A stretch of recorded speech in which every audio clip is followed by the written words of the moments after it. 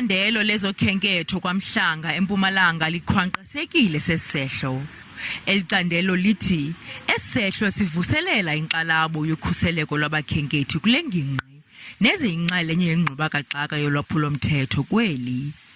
Eliqala likampondo zihlanjiwe kwezobugcisa lishiyeke nezivubeko zokubethwa ebusweni emva kokubethwa lifuthaniselo sesisigila-mkhuba. Ngelixa amapolisa esaphume iphulo ekhangela lo mnqevu, Ibhunga lezoshishino lotyelelo loMzantsi Afrika likhuphe isilumkiso sokuba izenzo ezikumila nje zingamosha isidimo soMzantsi Afrika. Let's not rob the area of what it could benefit going forward, and the people along that area who benefit from tourists, be it local tourists or international tourists that are going to that area. People buy from the shops around the area. They buy from people that are selling, on the streets. They go to the museum. They contribute.